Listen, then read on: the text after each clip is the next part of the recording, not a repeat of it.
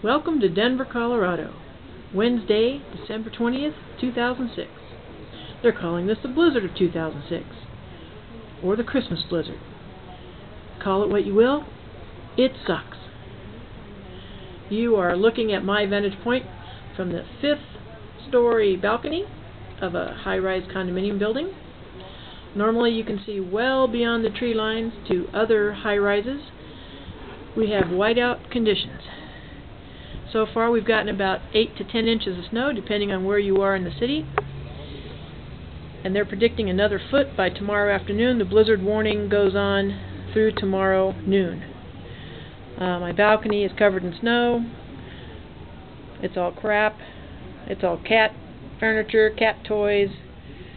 The cats pretty much own the balcony, which is wonderful in the summer, not so good in the winter. So again, here we are. This is about halfway into it. We'll see you again tomorrow. Wow, I am just speechless. It's blowing sideways.